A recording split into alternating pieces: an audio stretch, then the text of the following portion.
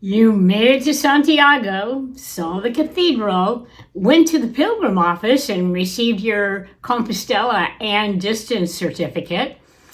So now, what do? Stay tuned to learn about what else there is to do and see in Santiago.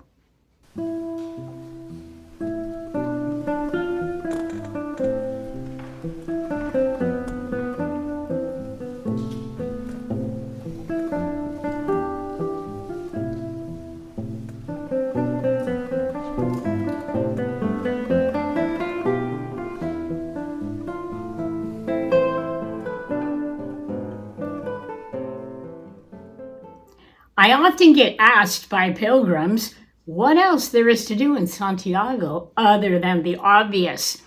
Is it worth staying a couple of days? My answer is, oh my, yes, definitely yes.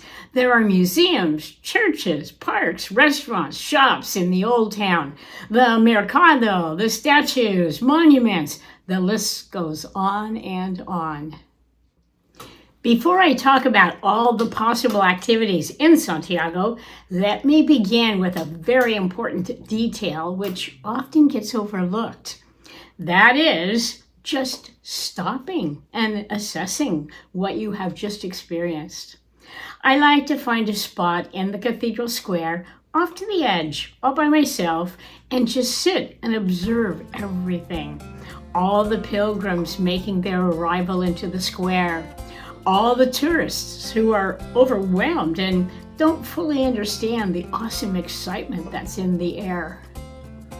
After you have rested, caught your breath, and are ready to go explore, exit the cathedral square at the southeast corner. So if you're facing the cathedral, it's going to be on the right, nearest the cathedral. It's time to go explore this wonderful historic city. Don't use a map or your phone. Just wander around and take it all in. Don't be distracted by anything. You can't get lost.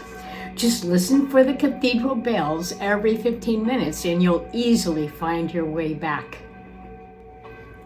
The old town of Santiago de Compostela is a delightful maze of narrow streets, ancient buildings, and charming squares. Walking through the cobblestone streets feels like stepping back in time. If you see an inviting cafe, stop in and have a glass of wine and a tapa or two, or coffee and almond torte. That's the famous Torta de Santiago. My favorite cafe is Arias Nunes, but there are many great places. I like this one because if you go inside all the way to the back, they have a sunroom with comfy overstuffed chairs and couches, and they play lovely classical music over the sound system. As you're wandering around the old city, when you come to what seems to be a fortified city wall, it is. If you go through the arch, you'll be leaving the old city. So just turn around and walk in a different direction. Next, let's leave the old city and head for a famous park. Walk to the southwest corner of the old town. The street you will cross over is Rua del Campo de Estrella. There's a big crosswalk with a light and lots of people. Just look for the crowds. You can't miss it. Get in line at the crosswalk with all the hordes of people waiting for the little green man to light up. Then cross the street and you're going to walk into the beautiful Alameda Park. This green area was first created in 1546 as a gift to the town by a count for the purpose of planting trees and groves for the people of Santiago. Over the next couple of hundred years, the area developed with gardens, fountains, numerous walkways, statues, monuments. At the entrance to this park, there's a large walkway, and it divides into 3 paths. Up until the Victorian era, these separations were intended to keep the classes isolated from each other. The path in the middle was for the nobility, the left was the middle class professionals, and the right was the laborers and the artisans. Just before this split is my favorite place in the entire park. It's the statue of Las Dos Marias. If you're not familiar with the wonderful story of these heroic women, please check out the video I did on statues and monuments on the Camino. Here's the link. But back to Las Dos Marias. The names of these two sisters are Marusha and Coralia, and then their last names were Fondinho Ricard. They were rebels with so much spirit and spunk. During the dark days of the dictatorship after the Spanish Civil War, the two sisters would dress up every day in the gaudiest clothing they could come up with, the loudest colors, the craziest outfits, and then they would walk through the old town laughing and joking as they walked arm in arm all the way through the old town to Alameda Park, and then they would turn around and walk back again.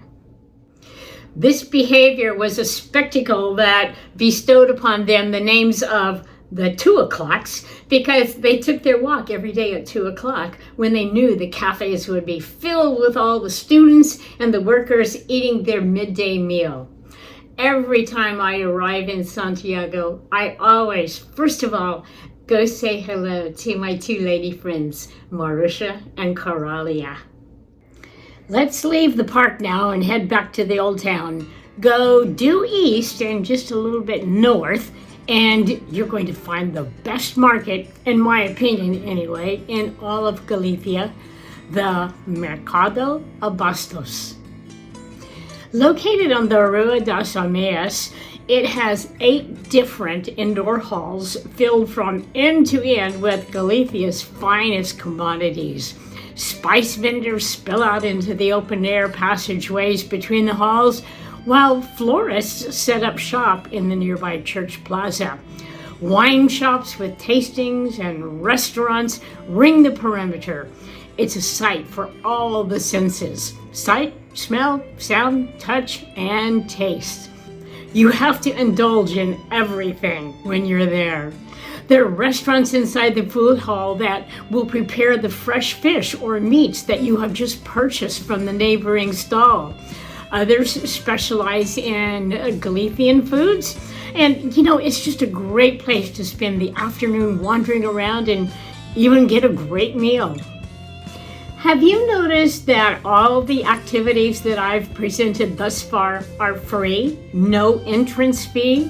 That's one of the things I love about Santiago. There's so many things to do and see that don't cost anything unless you opt to purchase something like, wine, coffee, food, but everything is free.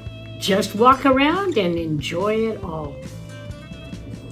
If you like museums, and I'm definitely guilty of that pleasure, then you will have a gajillion to choose from. The local tourist office will have all the information you could possibly need. There's just way too many to list here. The last point I would like to introduce into this conversation is Camino family. Along the way, you meet special people that you connect with. I mean, really connect with. Once you part ways, you have a choice to continue that relationship or let it go. They will always be in your memory of your journey, but if you take the time, make the effort to keep connected, the 2 or more of you have so much more to gain from your initial bond through shared experiences to the future that will develop over the months and years. So my advice to all, when you do connect with special people on the Camino, make the effort to stay in touch. This past summer on the Camino Portuguese, I met up with an incredible woman, Beth, and we just connected. We met several times over the few weeks, and then it was time to part, and so we promised to keep in touch. We have, and Beth is here with me right now in our house in Arizona. She has driven 6 hours from Los Angeles to our house and is staying with us for a couple of days. So here is Beth. And I'd like to ask Beth now, what are your thoughts on this Camino family thing? Well, it's a great question. And I like your point that if you meet someone special and you connect, make the effort to continue to stay in contact. So, yes, we met in the grocery store, as you recall, and then I saw you again out on a dock getting ready for the night before going across to Spain. And it was such a perfect treasure that you showed up at the right time, exactly the right time for me. And I really wanted to stay in touch with you. I didn't buy, I didn't buy any souvenirs. I brought some things back, like a seed and a shell. But what I really appreciate about the Camino are the friendships and the relationships that got developed. So you made the point of staying in touch, taking the effort to maintain relationships, and I think that it's the most important thing for me.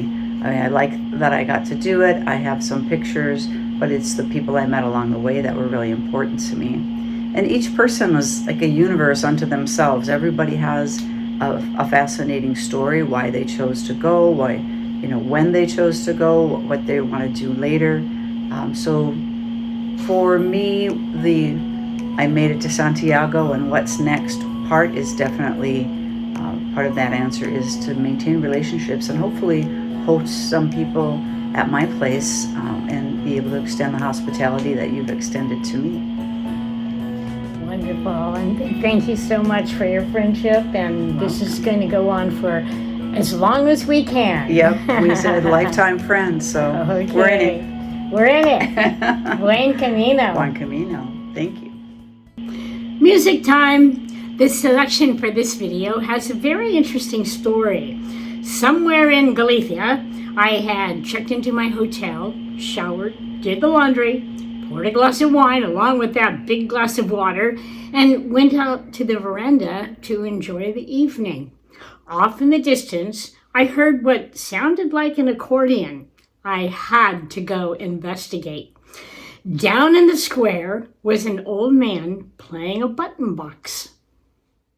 This is a type of Irish or Celtic accordion with buttons on both sides instead of a keyboard on the right-hand side. Anyway, his tunes had me mesmerized as one flowed into another and yet another. When he finished his set, I asked him about the tunes, where they came from. In his crusty voice, with a cigarette hanging out of one side of his mouth, he just called them boat songs from over there. I remembered those tunes and immediately began mentally arranging them in my head. When I returned home, I wrote out an arrangement of one of the most memorable songs. Of course, I've made it my interpretation of his melody with, a couple of modulations, some interesting rhythmic juxtapositions. But hey, it's my arrangement. I can do this, right? Anyway, I'm going to call this Basque Sea Shanty since that seems to be what the old man inferred. Please enjoy.